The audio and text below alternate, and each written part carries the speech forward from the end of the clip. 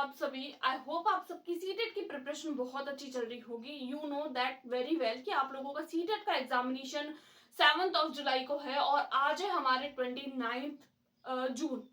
आज के हिसाब से अगर देखें तो ओनली 7 डेज बचे हैं, तो कुछ कुछ बातों का हम लोगों को ध्यान रखना होगा। आई होप आप सबने अपनी प्रिपरेशन भी अच्छे से कर ली होगी। Previous year mock test, one liner, जो भी आप लोगों को एनसीईआरटी वगैरह कहीं से भी अगर आप लोगों ने कोर्स लिया है या फिर अगर आप लोग यूट्यूब से पढ़ रहे हैं या सेल्फ स्टडी कर रहे हैं, कहीं से भी आप लोग प्रिपेयर कर रहे हैं, तो आप लोगों ने बहुत अच्छे से प्रिपरेशन कर ली होगी। लेकिन कई बार ऐसा होता है कि हम लोग बहुत अच्छी प्रिपरेशन कर लेते हैं एंड बहुत अच्छा स्कोर हम हमारे पीवाईक्यू और मॉक टेस्ट में भी ले आते हैं, लेकिन कुछ कुछ मिस्टेक्स हम हमारे एग्जाम के टाइम पे कर लेते हैं। या फिर कई बार ऐसा होता है कि हम लोगों को कोई क्वेश्चन का आंसर आ रहा होता है, बट कुछ ऐसी मिस्टेक्स जो हम कर बैठते हैं और हमारा वो आंसर सही होते हुए भी गलत हो जाता है। तो किस तरीके से एक तो हम हमारे आंसर को गलत होते हुए बचा सकते हैं, और एक ऐसी तुक्का ट्रिक बताने वाली हूँ आज की वीडियो में कि हम लोग इस एग्जाम के लिए तुक्का कैसे लगा सकते हैं। क्योंकि देखिए, तुक्का वाला मेथड जो होता है वो मैं ऐसे तो नहीं बोलूंगी कि नहीं आप लोग सिर्फ तुक्का वाली मेथड का यूज करिए तो आप जो है वो अपनी सीटेट के एग्जाम को बहुत अच्छे से क्लियर कर पाएंगे, ऐसा पॉसिबल नहीं है। लेकिन हाँ, अगर आप लोगों ने बहुत अच्छे से पढ़ाई करी है, लेकिन फिर भी कई बार ऐसा होता है कि हम लोगों को कुछ क्वेश्चंस के लिए तुक्का लगाने की जरूरत रहती है। तुक्का लगाने का मतलब ये नहीं है कि हम एक सीरीज में लगा देंगे कि पहले आप ए लगा लीजिए, फिर आप बी लगा लीजिए, फिर आप सी लगा लीजिए, फिर आप डी लगा लीजिए, आप एक सीरीज बना लीजिए। कई बार ऐसा होता है कि हमको डिजाइन बना के आ जाता है जब हमें किसी एक पर्टिकुलर क्वेश्चन का आंसर नहीं आ रहा होता है या कुछ क्वेश्चन के आंसर हम लोगों को नहीं आ रहे होते हैं। तो ऐसे टाइम में हम लोग किस तरीके से तुक्का लगा सकते हैं और अपने मार्क्स को इंक्रीज कर सकते हैं, ये एक तुक्का भी समझ सकते हैं, एक ट्रिक भी समझ सकते हैं, क्योंकि तुक्का भी हर एक एग्जाम के लिए जरूरी होता है। देखिए, तुक्के का मतलब ये नहीं है कि अगर आप लोगों ने कुछ भी नहीं पढ़ा है तो आप इन मेथड्स का यूज करिए। ये चीज उन लोगों के लिए है जो एक सीरियस एस्पिरेंट है और साथ ही साथ अपनी बहुत अच्छी प्रिपरेशन कर रहे हैं, क्योंकि प्रिपरेशन हर एग्जाम के लिए जरूरी होती है। तो अगर आप लोगों ने सीटेट में पिछले 1 महीने से पढ़ रहे हैं, अगर आप लोगों ने एनसीईआरटी पढ़ी है, या फिर अगर आप लोगों ने उसके साथ ही साथ पीवाईक्यू किए हैं, या फिर अगर आप लोग मॉक टेस्ट लगा रहे हैं, उसके बावजूद भी अगर आप लोगों को लगता है, क्योंकि आपका जो ये एग्जाम होता है वो 150 मार्क्स का होता है, नेगेटिव मार्किंग नहीं होती है, एंड 90 मार्क्स जो होते हैं वो आप लोगों को इस एग्जाम के लिए लेकर आने होते हैं, राइट। तो इस एग्जाम में हम लोगों को एक बात जरूर जो है वो काम आती है, वो आती है तुक्का वाली बात, क्योंकि हम लोगों को पता है कि इस एग्जाम के लिए सीडीपी पूछी जाती है, और सीडीपी के क्वेश्चन अभी वाले पेपर में कई बार ऐसा होता है कि इतने बड़े बड़े क्वेश्चन पूछ लिए जाते हैं। इतना बड़ा क्वेश्चन होता है, उसके बाद में ऑप्शंस होते हैं, first, second, third, fourth. Options भी दो दो लाइन के होते हैं। मान लीजिए ये ऑप्शन है, तो अब 4 लाइन का क्वेश्चन हो गया, उसके बाद में 2 लाइन 2 लाइन 2 लाइन 2 लाइन, अब 4 5 6 7 8 9 10 11 12,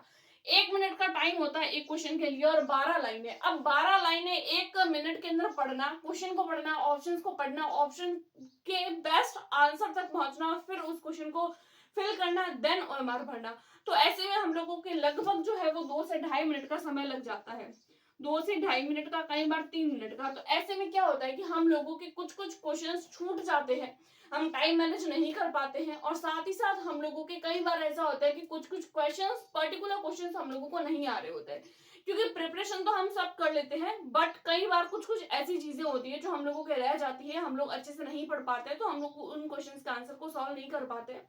तो ऐसी कौन से तुक्का ट्रिक जो है वो मैं आप लोगों को बताऊंगी, तुक्का कैसे हम लोग अपने एग्जाम में लगा सकते हैं।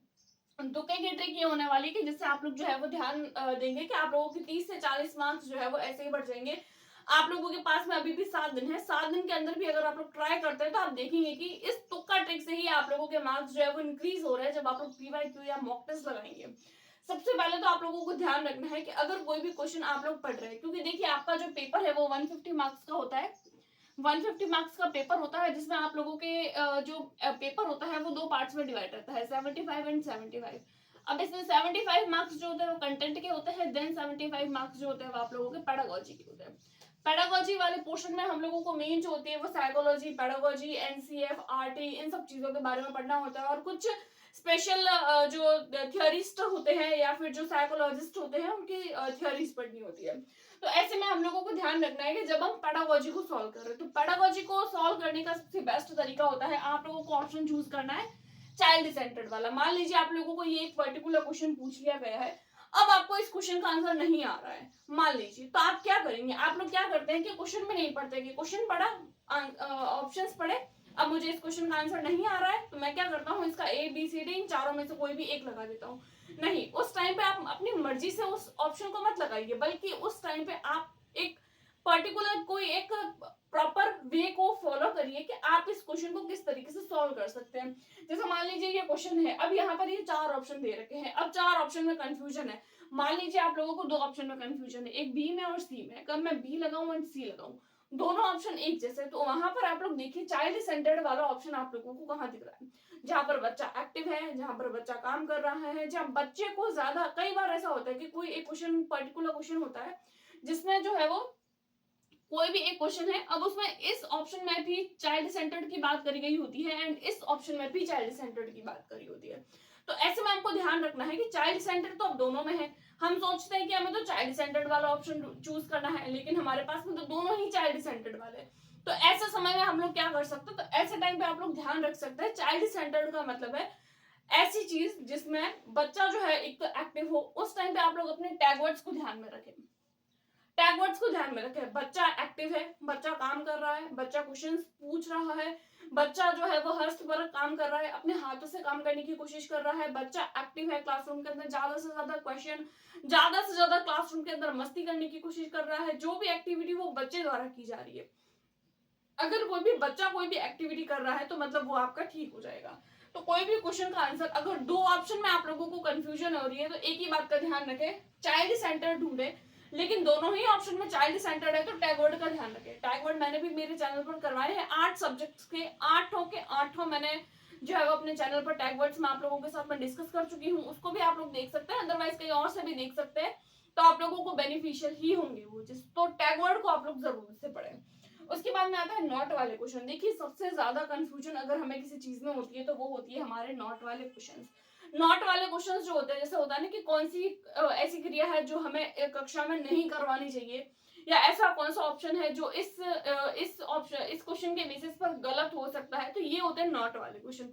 नॉट वाले क्वेश्चन में हम लोगों को ध्यान रखने की जरूरत है, सबसे पहले तो क्वेश्चन को अच्छे से पढ़ने की। सबसे पहली बात, क्वेश्चन को अच्छे से पढ़िए। गलत कहाँ होते हैं नॉट वाले क्वेश्चन के, हम नॉट को पढ़ते ही नहीं है। बहुत बारी में हम लोगों को यही मिस्टेक देखने को मिलती है कि क्वेश्चन हम लोगों ने पढ़ा नहीं, आंसर हमको लगता है हमने सही लगाया, वापस घर आते हैं जब अपने आंसर की चेक करते हैं, अपने आंसर्स चेक करते हैं, तो फिर पता चलता है कि ओ इसमें तो नॉट था जो मैंने पढ़ा ही नहीं। तो मेन ज्यादा दिक्कत यही रहती है कि हम लोग नॉट वाले क्वेश्चन जो है वो गलत कर जाते हैं। तो नॉट वाले क्वेश्चन के टाइम पे आप लोग ध्यान रखें, जहां पर भी आप लोगों को नॉट दिखे या फिर अगर आप लोगों को नहीं वाला वर्ड दिखे, तो एक तो आप लोग उसको ध्यान से पढ़ें, दूसरे वहां पर आप लोग जो है वो नॉट वाले क्वेश्चन में सबसे मेन बात यही होती है कि आप लोग ध्यान रखें नॉट को जरूर पढ़े, क्योंकि सबसे ज्यादा मिस्टेक यही होती है। तो ये भी एक तरीके की तुक्का ही ट्रिक है, क्योंकि देखिए जब नॉट वाले क्वेश्चन में अगर हम लोग नॉट ही नहीं देखेंगे तो हम लोग अपने क्वेश्चन के आंसर तक कैसे पहुंचेंगे। तो ये सबसे मेन बात होती है, मिस्टेक ज्यादातर यही होती है कि नॉट वाले क्वेश्चन हम लोगों को जो है वो गड़बड़ करवाते हैं। अब नॉट वाले क्वेश्चन में तुक्का कैसे लगाए, मेन बात ये होती है कि नॉट वाले क्वेश्चन हम लोगों से पूछ तो नहीं है, तो ऐसे में हम लोग क्या कर सकते हैं, ऐसे में हम लोग जो है वो एलिमिनेशन मेथड का यूज कर सकते हैं। मान लीजिए आप लोगों को कोई भी एक क्वेश्चन दिया, अब उस क्वेश्चन का आंसर मैं नॉट में पूछा है, अब आप लोगों को पता नहीं चल रहा है कि उस क्वेश्चन का आंसर क्या है, तो ऐसे में आप लोग एलिमिनेशन मेथड का यूज करिए। एलिमिनेशन मेथड का मतलब होता है, मान लीजिए कोई भी एक क्वेश्चन है, मान लीजिए आप लोगों को कोई ए वाला क्वेश्चन पूछ लिया गया, अब इसमें आप लोगों को यहाँ पर 4 ऑप्शन जो है वो दे दिए गए, पहला, दूसरा, तीसरा और चौथा।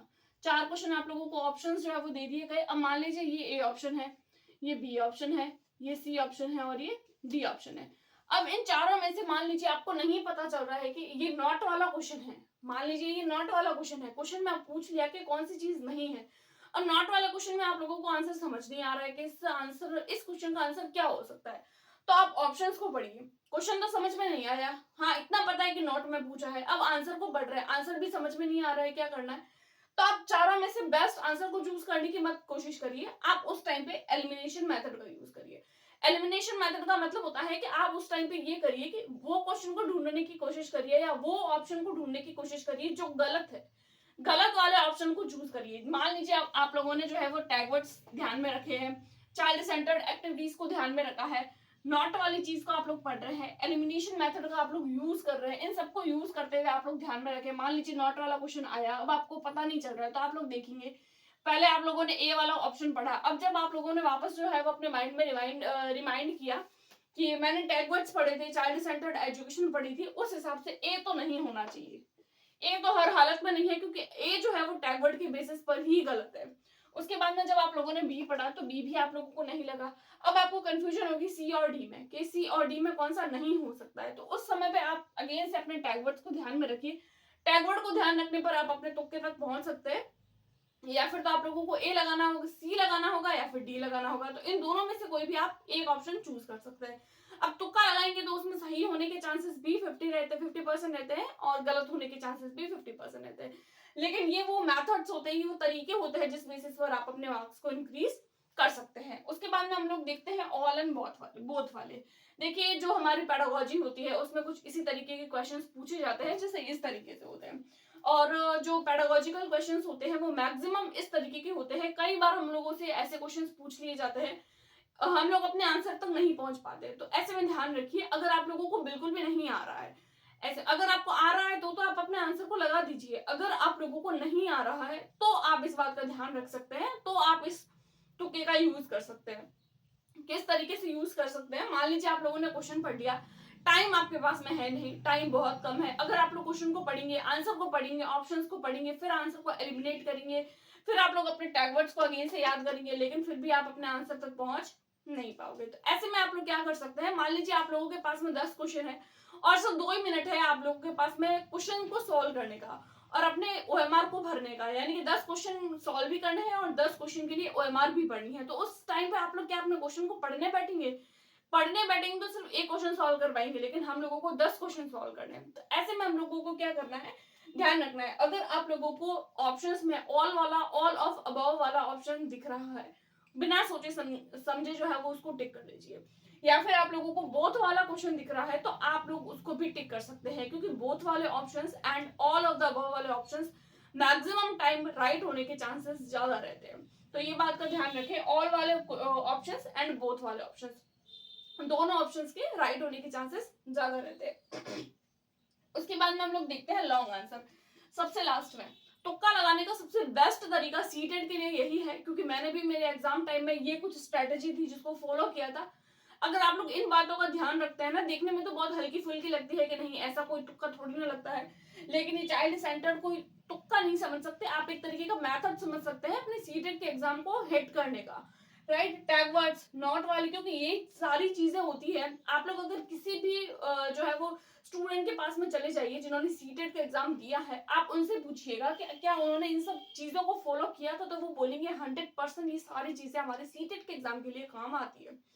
लॉन्ग आंसर का मतलब ये नहीं है कि जैसे कि मान लीजिए ये क्वेश्चन है कि यहाँ पर 2 लाइन का ऑप्शन, 2 लाइन का ऑप्शन, 2 लाइन का, यहाँ पर 3 लाइन का या 4 लाइन का ऑप्शन दे दिया, और तो आप लोग ऐसे सोच रहे हैं कि भाई ये 2 लाइन का है, ये भी 2 लाइन का है, ये 4 लाइन का है, ये 2 लाइन का है, तो सी वाले पे आप लोग टिक कर लेंगे। नहीं, लॉन्ग आंसर का मतलब क्या है उसके बारे में देखते हैं। लॉन्ग आंसर का मतलब है एक ऐसा पर्टिकुलर ऑप्शन जिसमें आप लोगों को तीनों ही ऑप्शंस का जो है वो समग्र रूप से शामिल कर दिया जाए।